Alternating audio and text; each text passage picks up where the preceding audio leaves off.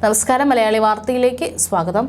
നെറ്റിയിലും മൂക്കിനും പരിക്കേറ്റ് ചോരയൊലിപ്പിക്കുന്ന നിലയിൽ ആശുപത്രിയിൽ പ്രവേശിപ്പിക്കപ്പെട്ട പശ്ചിമബംഗാൾ മുഖ്യമന്ത്രി മമതാ ബാനർജി ആശുപത്രി വിട്ടു. നെറ്റിയിൽ 3, മൂക്കിന് 1 തുന്നൽ വേണ്ടി വന്നു. ഇന്നലെ രാത്രി 7:30 ആശുപത്രിയിൽ എത്തിച്ച മമതയെ 9:45 ഡിസ്ചാർജ് ചെയ്തത്. അതിനിടെ നെറ്റിയിലും മൂക്കിലും ആഴത്തിലുള്ള മുറിവേൽക്കാൻ ഇടയായ വീഴ്ചയ്ക്ക് പിന്നിൽ പിറകിൽ നിന്നുള്ള തള്ളലാകാമെന്ന വിലയിരുത്തൽ അഭ്യൂഹങ്ങൾക്ക് ഇടയാക്കി. മമതയെ പരിശോധിച്ച ഗവൺമെന്റ് SSKM ആശുപത്രി ഡയറക്ടർ മണിമോയ് ബന്ദ്യോപാധ്യായെ മാധ്യമങ്ങളോട് പറഞ്ഞതോടെയാണ് അഭ്യൂഹങ്ങൾക്ക് ഇടയാക്കിയത്. ആശുപത്രിയിൽ എത്തുമ്പോഴും രക്തസ്രാവമുണ്ടായിരുന്നു. ഇത് പരിഹരിച്ച ശേഷം നെറ്റിയിലെ മുറിവിന് 3 തുന്നലിട്ടു. മൂക്കിലെ മുറിവിന് 1 തുന്നലും വേണ്ടി വന്നു. CT സ്കാൻ, MRI സ്കാൻ ഉൾപ്പെടെ നടത്തിയ ശേഷം അഡ്മിറ്റ് ആവാൻ ഡോക്ടർമാർ നിർദ്ദേശിച്ചെങ്കിലും മമതയുടെ ആവശ്യപ്രകാരം ഡിസ്ചാർജ് ചെയ്യുകയായിരുന്നു.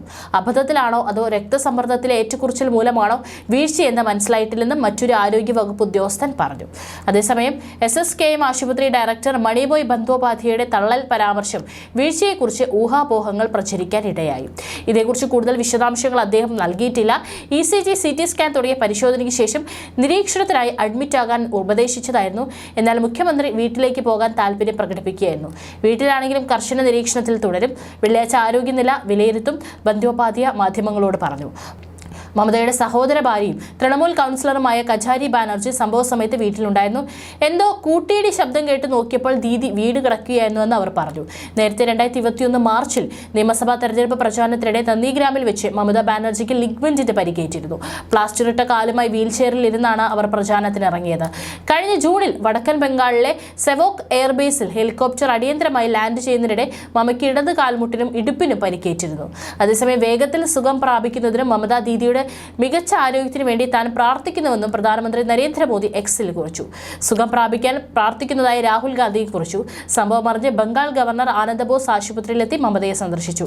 വിവരങ്ങൾ തിരക്കിയ ശേഷം അദ്ദേഹം മടങ്ങിയത്. നേരത്തെയും കഴിഞ്ഞ വർഷം ജൂണിൽ മോശം കാലാവസ്ഥയെ തുടർന്ന് സിലിഗുരിക്ക് സമീപമുള്ള സോവയ്ക്ക് എയർബേസിൽ ഹെലികോപ്റ്റർ അടിയന്തരമായി ഇറക്കേണ്ടി വന്നതിനെ തുടർന്നായിരുന്നു അന്ന് മമതാ ബാനർജിക്ക് കാലിന് പരിക്കേറ്റത്. ഇതിനു പിന്നാലെ സെപ്റ്റംബറിലാണ് സ്പെയിനിൽ യാത്ര ചെയ്യുന്നതിനിടെ മമതയുടെ ഇടതുകാലിന് വീണ്ടും പരിക്കേറ്റത്. അതേസമയം സോഷ്യൽ മീഡിയ പ്ലാറ്റ്ഫോമായ എക്സിലൂടെ വാർത്തയോട് പ്രതികരിച്ചുകൊണ്ട് നിരവധി രാഷ്ട്രീയക്കാരും പ്രതിപക്ഷ പാർട്ടികളിൽ നിന്നുള്ള നേതാക്കളും മമത വേഗത്തിൽ സുഖം പ്രാപിക്കട്ടെ എന്നും ആശംസിച്ചു. കൂടാതെ ഉപരാഷ്ട്രപതി ജഗദീപ് ധൻകർ ഉൾപ്പെടെയുള്ളവർ മമതയുടെ സുഖവിവരം തേടിയെന്നും തൃണമൂൽ അറിയിച്ചിട്ടുണ്ട്.